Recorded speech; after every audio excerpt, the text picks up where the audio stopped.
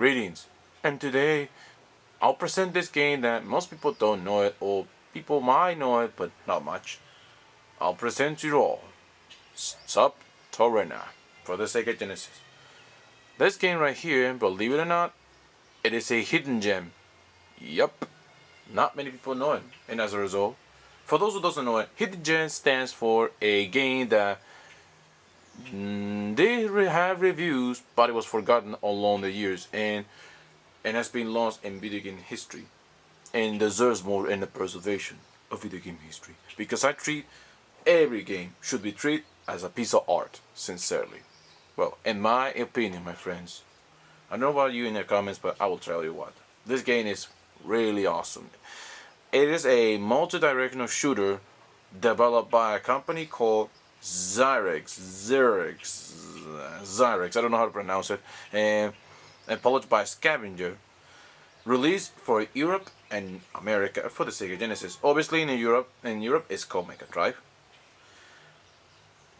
The reason I love this game so much is the music. It was composed by the legendary Danish composer and sound designer Jesper Kyd, who composed other games. He composed Red Zone and Batman and Robin's the animated series for the Sega Genesis. He made a fantastic job on it. Oh, speaking of him, he made the Amiga demos. Well, this game was actually made on a Commodore Amiga instead of the Sega Genesis development kit. That's right. The information tells about it. It is crazy to see a game that was made on a computer, an Amiga, which is crazy because the Amiga was a great computer, but people in Europe, I think this game was believed on Europe, I believe. Anyway, so I'm going to talk about a little bit of this game. So, this game was a bit of story. You play as the unknown alien race attacked by underground authority along with the pilot joining the task, and they defeat the aliens, risking the track miners and using the spirit map on the track. The controls felt weird at first, but when you get used to it, you can use the chip to flying around. Also, you can adjust the gameplay, and of course you can change the controls very easily, something I really like. It is a side scroller, by the way. It's based on the game called Trust and Gravity. Each time you have to defeat 10 levels. The 5th to last 10 levels are getting hard because this game is not easy, my friends. It is a really hard game. And this game received generally positive reviews, and it says one of the best games of all time according to GamePro and Electronic Mandarin Monthly. They praise a good scores, I would say, praise among the other other tracks. So yeah, this game received a lot of good scores back then, but as time went on, people forgot about it, and that's the reason it becomes a hidden gem on the hidden gem list on the Sega Genesis. For those, if you don't heard about it, don't feel sad. This game was reviewed and then forgotten, which is kind of sad, sincerely. Again, I treat the games as a piece of art, and everything deserves to document it right now before it's too late. So, without further ado, let's pop this baby in and see how it plays. Also, the company, it's called Zyrinx. I don't know how to pronounce the name, but here's the company. Unfortunately, they didn't live up very well. They only make 3 games. Those are obviously Sub Terrania, and they make Red Zone, which was another hidden gem for the Sega Genesis, and finally is Scourge, which was released for the Sega Saturn, and obviously MS-DOS PCs. So these are the 2 only games they made. So it also is composed by Jesper Kyd, which Leonard founded it is. Well, unfortunately, they make 3 of them, and the company that published was called Scavenger, was the company publisher behind it. So it's kind of sad this company didn't live out very well. So yeah, that's how it is, the origin of this game, my friends. The company was created in 1993 and dissolved in 1998.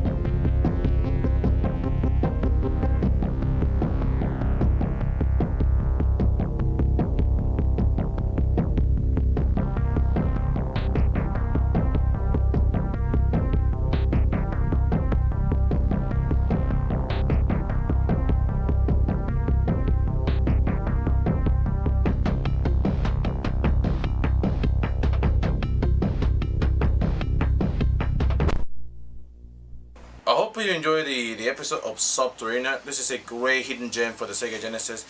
And if you haven't picked up this game, I encourage you to do it because this game deserves more attention. Seriously, this is one of those games that it was excellent from the past, then forgotten, and now I want to bring back again. And this in 2019 we are now. So anyway, could you believe this game was made on an Amiga and composed one of those created of the Amiga demo versions, which is quite impressive. And yeah, this game is insanely hard. So as you can see in the video, I have to adjust the controls each time. It was very difficult to know how the control is. And then I hang out the original controls that hang up on this console. So for those who I encourage you, yes, you can change the controls by your own taste. So I did the same with mine. So anyways, as a result, yes, I recommend this game. Highly recommend it. Check it out. This game, it's a great gem for the Sega Genesis.